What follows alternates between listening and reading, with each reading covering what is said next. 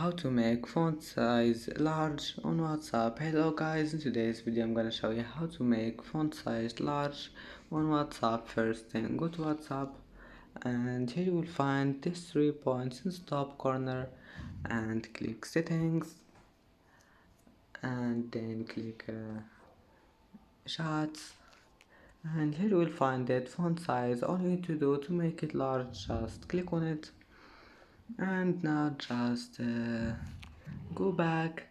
It will be saved, and as you see, that's how to change font size to large on WhatsApp, and that's it. It's easy. And that's it for today's video.